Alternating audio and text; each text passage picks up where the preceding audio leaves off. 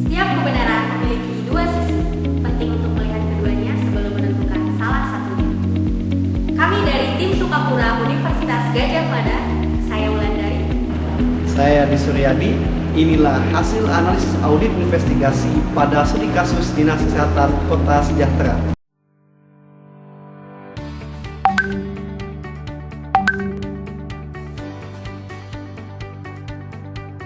BTW, kamu mau ngobrolin apa ini ya? Kayaknya serius banget tadi.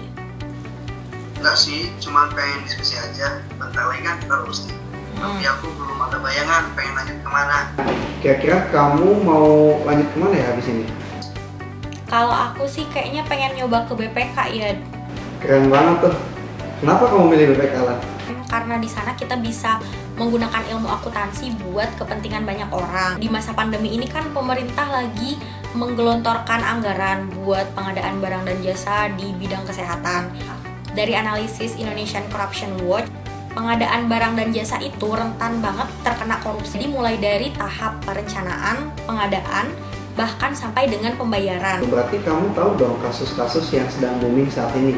Contohnya nih, kasus Dinas Kesehatan Kota Sejahtera yang menerima alokasi dana anggaran kesehatan diduga telah melakukan berbagai penyimpangan melalui transaksi pengadaan alat material kesehatan yang bersumber dari belanja tidak terduga atau BTT. Aku pernah baca sih berita itu, dan kalau kamu tahu faktanya, dokumen-dokumen yang diperlukan untuk kepabeanan tuh nggak dilengkapi, bahkan tidak terdaftar.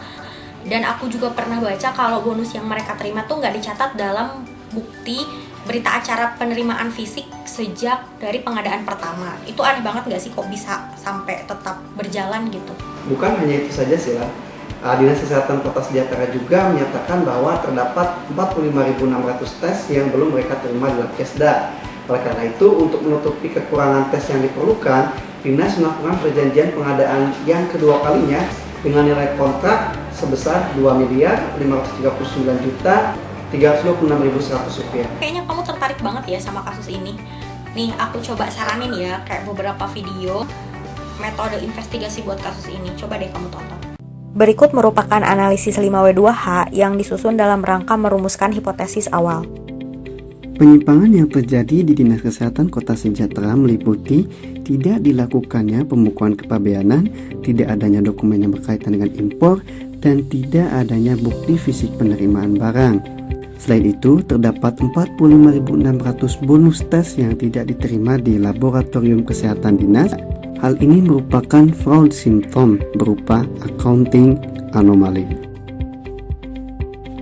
Pada lingkup internal, pihak yang terlibat dalam proses pengadaan barang dan jasa meliputi Kepala Dinas Kesehatan selaku pengguna anggaran, Kepala Bidang Sumber Daya Kesehatan selaku pejabat pembuat komitmen, serta Seksi Sarana Prasarana dan Alat Kesehatan selaku unit kerja pengadaan barang dan jasa. Adapun pihak eksternal yang patut dimintai keterangan adalah pihak penyedia, yaitu Medica.co.ltd. Penyimpangan terjadi di Dinas Kesehatan Kota Sejahtera pada lingkup manajemen pengadaan sarana prasarana dan alat kesehatan. Penyimpangan mulai terjadi sejak bulan Maret dan April 2020 ketika Dinas Kesehatan Kota Sejahtera tidak melengkapi dokumen impor. Teori yang dapat digunakan untuk menganalisis mengapa terjadi penyimpangan adalah fraud pentagon. Adapun komponennya terdiri dari arogansi, kompetensi, pressure atau tekanan, opportunity atau peluang, dan rasionalisasi. Para pejabat pengadaan dapat berpikir bahwa pengendalian internal yang terdapat di Dinas Kesehatan kurang memadai sehingga mereka memiliki kompetensi atau kapabilitas yang cukup untuk melakukan penyimpangan. Selain itu, mereka juga dapat memperoleh tekanan dari pejabat yang lebih tinggi maupun keharusan untuk menyerap anggaran. Di sisi lain, peluang di masa pandemi di mana harga alat kesehatan memang cenderung naik dapat digunakan untuk melakukan penyimpangan dan markup dengan rasionalisasi bahwa tindakan kecurangan tersebut tidak akan terdeteksi. Kecurangan dapat dilakukan dengan meningkatkan harga alat tes kesehatan dan dibuktikan dengan adanya inkonsistensi bukti transaksi. Selain itu, terdapat manipulasi dan penggelapan dana anggaran serta penggelapan dan atau pencurian barang, terutama bagi produk bonus. Kegiatan tersebut dapat ditutupi dengan adanya kolusi dan nepotisme antar para pejabat baik dari internal maupun eksternal. Kemudian, hasil dari markup dan juga penggelapan anggaran dapat ditutupi dengan adanya mekanisme kickback, serta pencucian uang sehingga uang yang dihasilkan dapat terlihat wajar. Kerugian akibat markup harga barang BTT di atas harga wajar, pendapatan negara yang hilang dari bea masuk produk impor, kerugian karena hilangnya 45.600 barang bonus serta biaya-biaya lain yang dikeluarkan dalam rangka mengungkapkan kasus.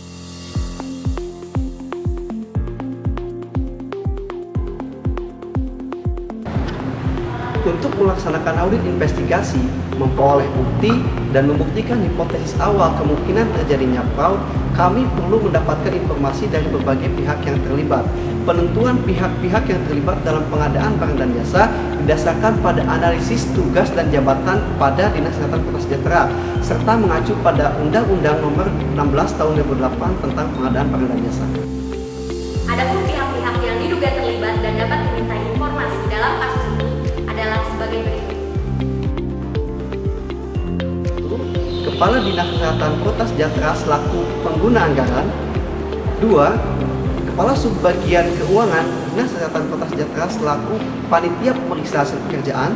Dan yang ketiga, kelompok pejabat fungsional selaku pejabat pemeriksa hasil pekerjaan. Pihak-pihak internal yang selanjutnya adalah Kepala Bidang Sumber Daya Kesehatan sebagai pejabat pembuat komitmen, Seksi Sarana dan Prasarana serta Alat Kesehatan sebagai pejabat pengadaan barang dan jasa, serta Kepala Laboratorium sebagai pengguna barang dan jasa. Pihak-pihak tersebut diduga memiliki keterlibatan dengan beberapa pihak eksternal yang terdiri dari subseksi Hanggar Pabean dan Cukai Kota Sejahtera serta perwakilan dari perusahaan supplier yaitu Medica Corporation Ltd. 1. Surat keputusan atau SK penunjukan pejabat pembuat komitmen, pejabat pengadaan, PJ PHP dan atau PPHP. 2. Bukti cetak laporan rekening bank. 3. Dokumen laporan pemeriksaan pengadaan barang. 4. Berita acara serah terima pekerjaan. Selain itu, keterlibatan juga dapat dibuktikan dengan kewajaran bukti transaksi dan kesesuaian bukti transaksi dari pihak internal dan juga eksternal. Salah satu metode audit yang dapat digunakan adalah metode wawancara. Dalam tahapan wawancara, kami mengajukan beberapa pertanyaan kepada pihak-pihak tersebut yang kami bagi ke dalam beberapa jenis pertanyaan seperti pertanyaan yang bersifat perkenalan, pertanyaan yang bersifat untuk menguji, dan pertanyaan yang bersifat untuk menggali informasi. Apakah prosedur penunjukan pejabat pembuat komitmen, pejabat pengadaan, pejabat pemeriksa hasil pekerjaan, dan atau panitia pemeriksa hasil pekerjaan sudah sesuai dengan prosedur dan undang-undang yang berlaku? Apakah Kepala Labkesda telah melaporkan adanya kekurangan bonus yang diterima oleh Labkesda? Apakah PJ PHP dan atau PPHP mengetahui isi kontrak pengadaan barang yang dibuat oleh PPK Dinas Kesehatan Kota Sejahtera? Apakah pejabat pengadaan di Dinas Kesehatan Kota Sejahtera memiliki hubungan dengan pejabat di Bea Cukai atau perwakilan dari perusahaan supplier yaitu Medica Corporation? Apakah jumlah barang BMHP sudah sesuai dengan isi kontrak dan perhitungan fisiknya? Serta bagaimana pemeriksaan PJ PHP dan atau PPHP atas bonus yang tidak diterima di Labkesda? Sudah lihat video ini, kalau aku boleh simpulkan, kayaknya kasus di Dinas Kesehatan Kota Sejahtera tersebut cukup kompleks ya.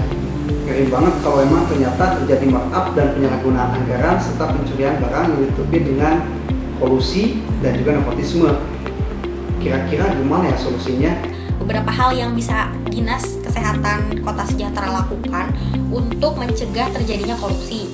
Yang pertama, menerapkan sistem pengendalian internal yang memadai. Nah, sistem pengendalian internal ini harusnya mengacu pada Peraturan Pemerintah Nomor 60 Tahun 2008 tentang Sistem Pengendalian Internal Pemerintah.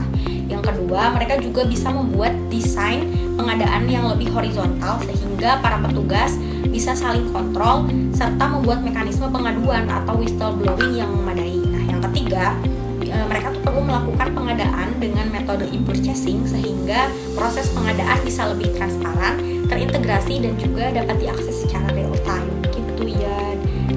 Sekian dari kami. Sukapura, Nggak ada